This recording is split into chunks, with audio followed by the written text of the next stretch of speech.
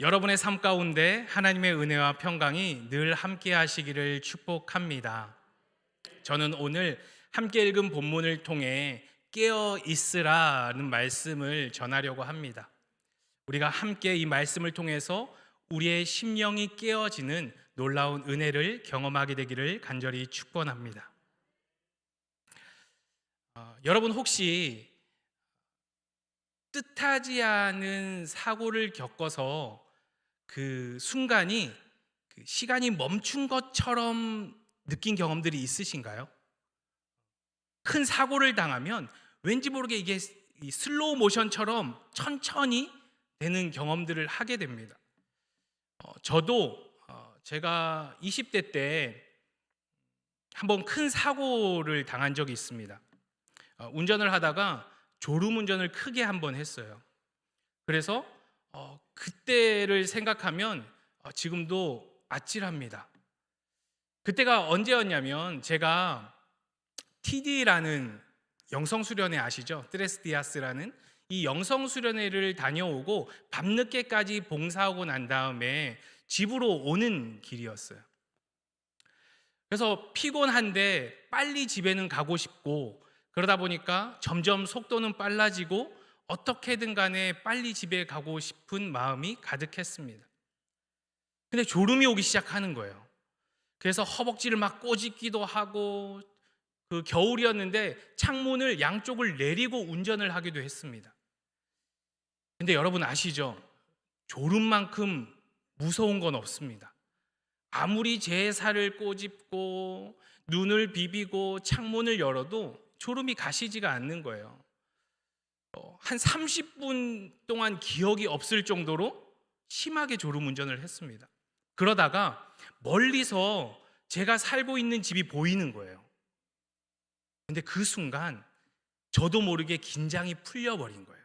집에 다 왔다 생각하고 그 순간 갑자기 쾅 하면서 제 몸이 이렇게 도는 거죠. 이렇게 돌면서 수로로 쾅쾅쾅쾅 부딪히는 거예요. 그때 아찔했습니다. 근데 정말 감사한 게 뭐였냐면 제가 부딪힌 게 가로수 잘린 그 밑둥에 부딪힌 거예요. 근데 제가 사고 난 이후에 나중에 정신을 추스리고 난 다음에 가봤더니 딱 거기만 밑둥이 잘려 있고요. 다른 데는 다 가로수들이 멀쩡한 거예요. 하나님의 은혜로 거기로 부딪혀서 떨어진 거죠. 그래서 차는 에어백이 터지고 저는 에어백이 터지는 걸 그때 처음 봤습니다. 에어백이 터지고 진짜 알 수 없을 정도로 형체가 무너졌습니다. 그런데 감사하게도 손가락 하나 다치지 않았어요. 그래서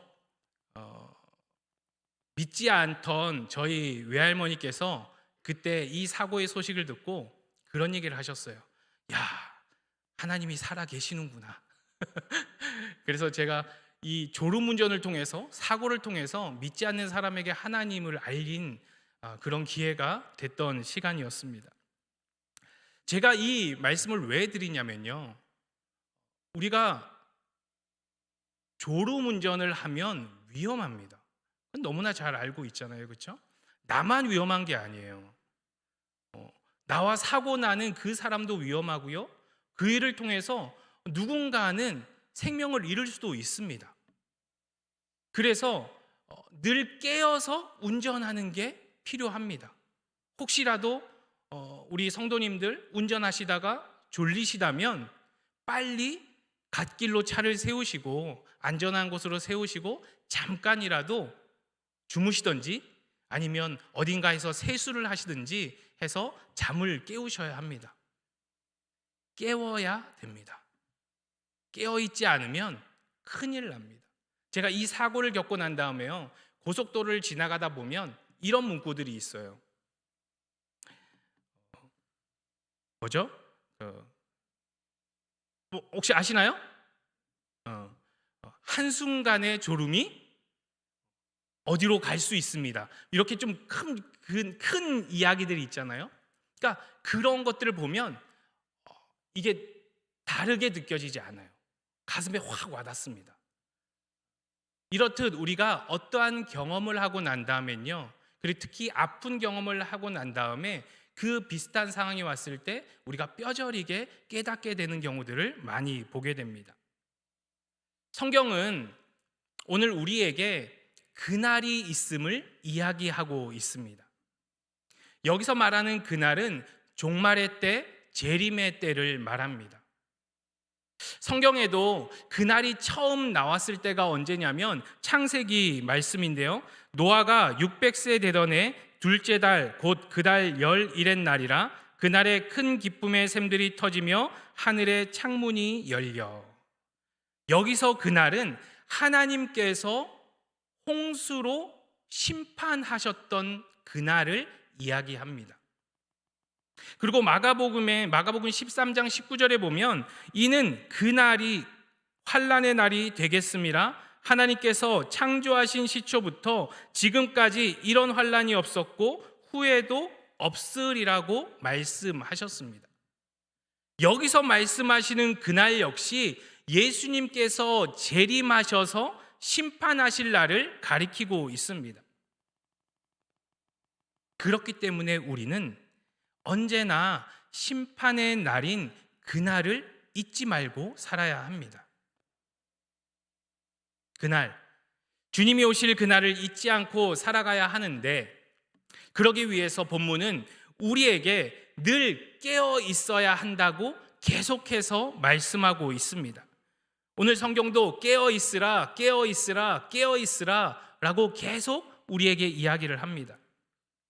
사랑하는 여러분, 무엇보다 우리의 삶 가운데, 우리의 영적인 생활 가운데 깨어 있는 것이 중요합니다. 하나님은요, 지금도 우리와 임마누엘로 함께하고 계십니다. 쉬지 않으시고요, 우리를 바라보시면서 우리가 힘들 때마다 우리의 오른손을 들어 올리시고, 우리가 앞으로 가지 못할 때 뒤에서 미시고 앞에서 이끌어 주시는 분이 바로 우리 하나님이십니다. 그런데 우리는 하나님이 그렇게 우리와 함께 하고 있는 그 수혜를 받고 있는 우리는 자꾸만 멈춰서려고 하고 자꾸만 느리게 가려고 합니다. 우리의 신앙의 모습을 돌아보면 하나님이 아니라 세상을 위해 살아가고 있는 때도 있습니다. 세상에서 성공하고 싶어 하고요, 세상에서 우리의 자녀가 1등이 되었으면 좋겠고, 또 우리 집이 물질이 많아서 내가 하고 싶은 거 다 했으면 좋겠다라는 그런 마음으로 살아갈 때가 있습니다. 부끄럽지만 저도 그럴 때가 있습니다. 그러나 오늘 성경은 그것이 아무것도 중요하지 않다라고 얘기를 합니다. 그날이 오면 그것은 아무것도 중요하지 않습니다. 우리에게 중요한 건 그날 우리가 기쁨으로 주님을 만날 수 있느냐, 그것이 중요합니다. 그렇게 우리는 늘 깨어 있어야 합니다. 우리의 영적으로 잠이 들면 위험합니다. 우리의 마음을 둔하게 하는 것들이 우리 주변에는 너무나 많습니다. 그렇다면 우리가 깨어 있어야 할 것들은 어떤 것들이 있을까? 우리가 신앙생활을 하면서 어떤 것에 깨어 있어야 주님이 지금 당장 오셔도 우리가 기쁨으로 주님을 맞이할 수 있을까? 저는 3가지로 우리 성도님들과 함께 은혜를 나누고 싶습니다. 첫 번째는요, 기도에 깨어 있어야 한다는 것입니다. 오늘 읽은 33절을 보면요, 주의하라, 깨어 있으라, 그때가 언제인지 알지 못함이라고 하였습니다. 여기서 보건대 주님이 오실 날을 우리는 알 수 없습니다. 그러나 재림 오시기 전에 우리가 준비해야 할 것들이 있습니다. 그 첫 번째가 기도로 깨어 있는 것입니다. 우리는 열처녀 비유에 대해서 잘 알고 있습니다. 예수님 당시의 결혼식은 한 일주일 정도 축제처럼 보냈습니다.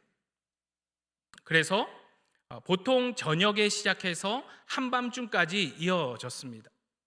왜 낮에 하지 않고 밤에 할까? 이 이스라엘 사람들은 저녁이 하루의 시작입니다. 그러다 보니까 저녁이나 한밤중에 결혼식을 시작했습니다. 이 결혼식이 되면 신랑은 자기 친구들과 함께 오랜 시간 축제를 즐깁니다. 그리고 한밤중이 되어서 신랑이 신부의 집에 오는데, 신부는 자기 친구들, 들러리를 서야 하는 자기 친구들과 함께 언제 올지 모르는 신랑을 하염없이 기다렸습니다. 지금이야 늦게 오면 왜 늦게 오냐고 전화를 할 수 있지만, 이 당시는 그냥 하염없이 기다릴 뿐이었습니다. 기다리다 못해 이 10명의 처녀들이 다 졸고 잠들어 버렸습니다. 그때 갑자기 그렇게 기다리던 신랑이 왔습니다. 잠에서 깬 이 10 처녀들은 이때 구분이 되어졌습니다.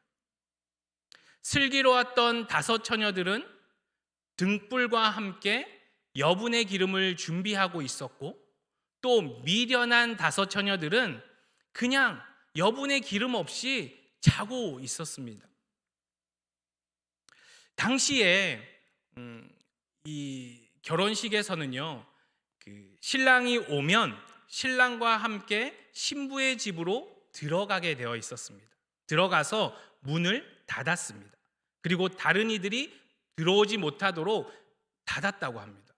왜 그랬냐니까 이 결혼식을 방해하는 그런 도둑들, 그런 해방꾼들이 있었다고 하더라고요.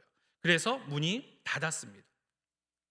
준비되어 있었던 슬기로운 이 5 처녀들은 신랑과 함께 신부의 집으로 들어갈 수 있었지만, 준비되지 않았던 이 미련한 5 처녀들은 바깥에서 슬피 우는, 신랑이 나는 너희를 알지 못한다 라고 말하는 그런 수모를 겪어야만 했습니다.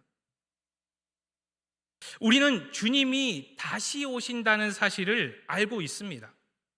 그러나 그 정확한 시기는 알지 못합니다. 그 시기는 감추어진 비밀과도 같습니다. 그렇기 때문에 우리는 쉬지 말고 기도하라고 명령하신 예수님의 그 기도 명령을 잊지 말아야 합니다. 그리고 기도를 계속하고 기도에 감사함으로 깨어 있으라는 골로새서의 말씀도 기억해야 합니다. 집을 지을 때 보면요, 우리가 외관에 신경을 되게 많이 쓰잖아요, 그렇죠? 저희 횡성에 와서 우리 강을 이렇게 지나가다 보면 저 멀리 이쁜 집들이 이렇게 지어진 것들을 봅니다. 근데 외관으로 너무 이쁜 집들이 많은 거예요. 제 눈에 들어오는 건요, 아 이쁘다, 저 집 되게 이쁘네 라는 것 뿐입니다. 제가 이 집이 기초가 잘 돼 있을까? 라고 생각하지 않습니다. 이렇듯 이사를 할 때도요, 그 기초에 대해서는 우리가 신경 쓰지 않고 뭐에만 신경 쓰냐면, 도배는 뭐로 하지? 가구는 뭐로 하지? 외적인 거에 신경을 쓰게 된다는 거죠. 그런데 실제로 집을 지탱하는 것은요, 땅속 깊이 파묻혀 있는 이 철근과 콘크리트입니다. 이것을 제대로 짓지 못하면 작은 충격에도 집이 넘어져 버리고 맙니다. 저는 이 기초가 되는, 집의 기초가 되는 철근과 콘크리트가 바로 우리 신앙에 있어서 기도라고 생각합니다. 우리가 기도로 무장하고 있지 않으면 우리는 넘어질 수밖에 없습니다. 우리 여기에 전쟁을 겪으신 우리 세대분들도 있는데, 전쟁을 하는 군인들은요, 언제 전투가 벌어질지 모르기 때문에 항상 무장을 하고 있어야 됩니다. 그래서 갑자기 적이 쳐들어와도 싸울 수 있도록 만반의 준비를 해야 되는 거죠. 마찬가지로 우리의 신앙인들도 기도로 무장을 하고 있어야 됩니다. 기도로 무장이 되어 있지 않으면 갑작스럽게 다가오는 문제들을 만났을 때 넘어질 수밖에 없습니다. 그리고 괜히 하나님한테 하소연합니다. 내가 잘 준비되어 있으면 문제가 되지 않습니다. 그래서 우리는 기도로 깨어 있어야 합니다. 우리가 너무나 잘 알고 있는 대부흥가였던 스펄전 목사님, 그분이 영국에서 목회하실 때 그 교회는 성도들이 6천 명에서 많게는 2만 명이 모였다고 합니다.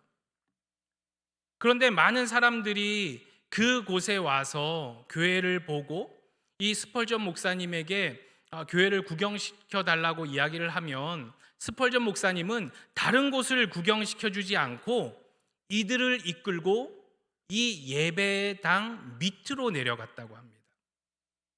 그곳에는 누가 있었냐면 이 스펄전 목사님과 교회와 나라를 위해 기도하던 많은 중보의 기도자들이 있었습니다. 스펄전 목사님이 이렇게 자서전에서 이야기를 했습니다. 이것이 제 목회의 비밀입니다. 그들이 나의 힘이며 우리 교회의 발전소입니다. 그렇습니다, 여러분. 우리 횡성교회가 교회로서의 역할을 감당하기 위해서는요, 하나님이 오실 그날을 준비하기 위해서는 기본적으로 우리가 기도 가운데 살아야 합니다. 우리 안에 기도의 뿌리가 없으면 우리 교회는 무너질 수밖에 없습니다. 여러분, 기도하셔야 합니다. 예수님께서도요, 베드로와 야고보와 요한을 데리고 겟세마네 동산으로 기도를 하러 가셨습니다. 그때 예수님께서 이 사랑하던 제자들에게 내가 기도할 동안 너희들도 나를 위해서 기도해 달라고 부탁했습니다. 이 제자들이 어떤 제자들이었냐면요, 세상의 모두가 예수님을 버릴지라도 나는 예수님을 버리지 않을 겁니다 라고 자신 있게 얘기했던 사람입니다. 그런데 예수님께서 겟세마네 동산에서 기도하시고 잠시 내려왔을 때 예수님이 본 장면은 뭐였냐면 이 제자들이 자고 있는 모습이었습니다. 한 번도 아니고 3번씩이나 그런 모습을 보여줬습니다. 그러면서 예수님이 이렇게 얘기합니다. 시험에 들지 않게 깨어 기도하라. 우리 가운데 시험에 들 만한 일들이 있으십니까? 오늘 예수님께서 우리에게 말씀하십니다. 깨어 기도하라. 사랑하는 여러분, 주님이 오실 날, 그날을 우리가 기다리며 먼저 우리는 기도로 깨어 있어야 합니다. 늘 삶 가운데 기도로 깨어 있으시길 소망합니다. 더욱이 지금 우리 교회는 담임 목사님을 청빙해야 하는 상황입니다. 이럴 때 우리가 할 일은요, 합심해서 기도하는 것뿐입니다. 하나님께서 쓰시는 귀한 목사님이 오셔서 영적으로 우리를 이끌어갈 수 있도록 더욱 기도로 깨어 하나 되는 우리 모두가 되어야 하는 것입니다. 바라기는 기도 가운데 함께 나아가는 우리 모든 성도님들의 삶이 될 수 있기를 간절히 축원합니다. 두 번째는요, 그날을 기다리며 우리는 사명에 깨어 있어야 합니다. 34절의 말씀을 보면 가령 사람이 집을 떠나 타국으로 갈 때에 그 종들에게 권한을 주어 각각 사물을 맡기며 문지기에게 깨어 있으라 명함과 같으니. 몇 해 전에 그 타임지라는 세계적으로 권위 있는 그 곳에서 20세기 가장 영향력 있었던 인물 100명을 선정한 적이 있었습니다. 그 중에 한 사람이 오프라 윈프리입니다. 오프라의 토크쇼는 세계 140여 개국에 송출되기도 하고 또 수억 명의 사람들이 이 토크쇼를 보았다고 합니다. 이렇게 대단한 영향력을 가진 인물이었지만 그의 과거는 불행했습니다. 그는 사생아로 태어났고요. 그는 흑인이었습니다. 그는 어릴 때 성폭행을 당했고요. 미혼모로 살았습니다. 그리고 엄청 가난했습니다. 그러나 그녀는 환경에 굴하지 않고 성공했습니다. 이런 삶을 살아왔던 오프라 윈프리는 늘 사명을 강조했는데 그녀는 사명을 4가지로 정의했습니다. 첫 번째는요, 무엇이든 남보다 많이 가졌다는 것 자체가 사명이라 했습니다. 자신을 위해서만 쓰는 것이 아니라 이웃을 위해 써야 한다는 것이죠. 그리고 두 번째는 부담감이 사명이라고 했습니다. 어떤 일에 마음의 부담이 생기면 그것이 사명이라는 겁니다. 우리가 신앙생활을 하다 보면 어떤 부분에 부담이 될 때가 있는데 그것이 하나님께서 여러분에게 주신 사명입니다. 세 번째는요, 아픔이 사명이라고 했습니다. 그녀 자신이 겪은 아픔으로 다른 사람의 아픔을 어루만져 줄 수 있었기 때문에 그랬습니다. 네 번째는요, 가슴 설렘이 사명이라고 했습니다. 그것만 생각하면 가슴이 설레는 것, 그것이 하나님이 나에게 주신 사명입니다. 여러분에게 주신 하나님의 사명은 무엇입니까? 오늘 본문 34절은 마태복음 25장에 나오는 달란트 비유를 함축해서 보여주고 있는 것 같습니다. 하나님께서는 각자의 형편과 상황에 맞게 사명을 주십니다. 여기 있는 우리 모든 성도들 단 한 사람도 하나님의 사명을 받지 않은 사람이 없습니다. 우리 모두에게 사명을 주셨습니다. 사명을 받은 만큼 우리가 하나님께 쓰임받아야 하지 않을까요? 사명만 받고 쓰임받지 못한 그것만큼 슬픈 게 없을 것 같습니다.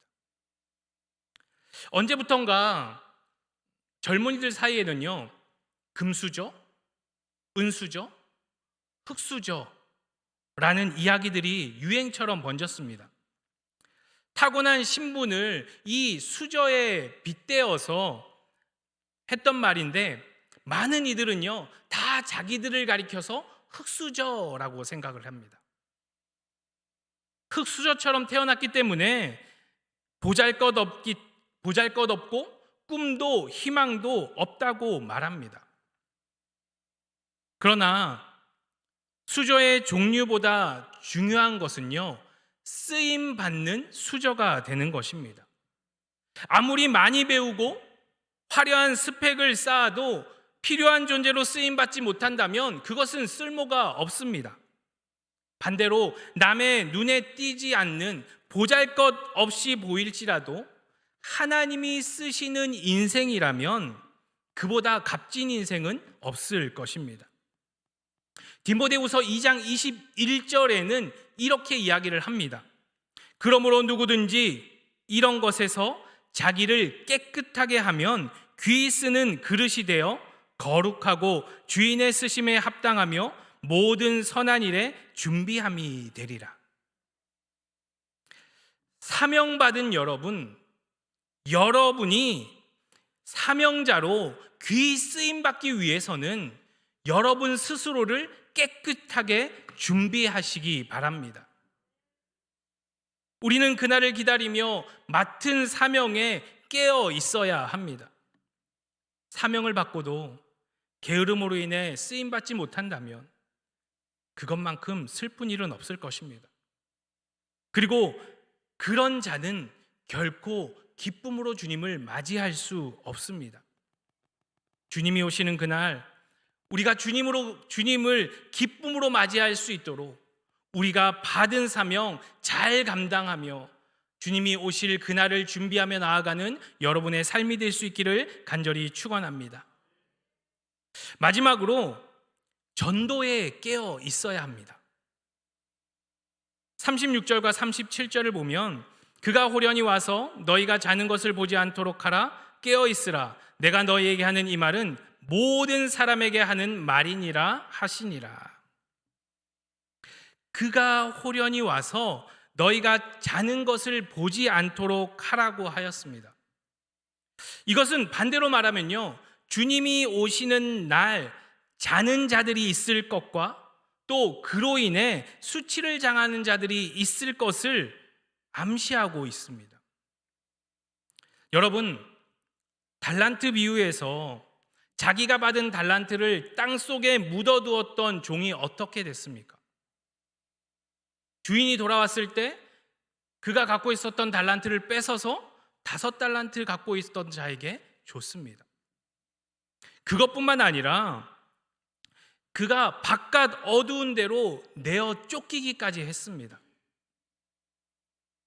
이것은 아까 우리가 10처녀 비유를 잠깐 살펴봤듯이 미련한 5처녀에게도 비슷한 일이 일어났습니다. 그녀들은 혼인잔치에 들어가지 못하고 바깥 어두운 곳에 남게 되는 수치를 당했습니다.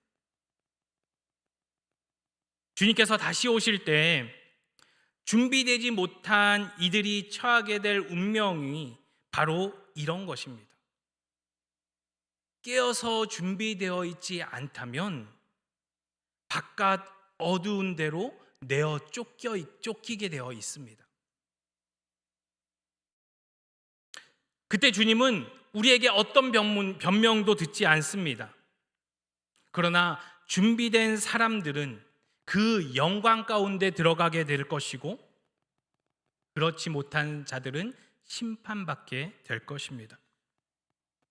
그렇다면 주님이 오실 그때, 우리가 그때를 준비해야 할 우리지만 동시에 그때를 전해야 하는 것도 우리입니다. 제가 기도에 깨어 있어야 한다고 말씀드렸고 사명에 깨어 있어야 한다고 말씀드렸지만 그것을 깨달은 우리가 이 사실을 전해야 하는 것도 필요하다는 겁니다. 이것이 전도입니다.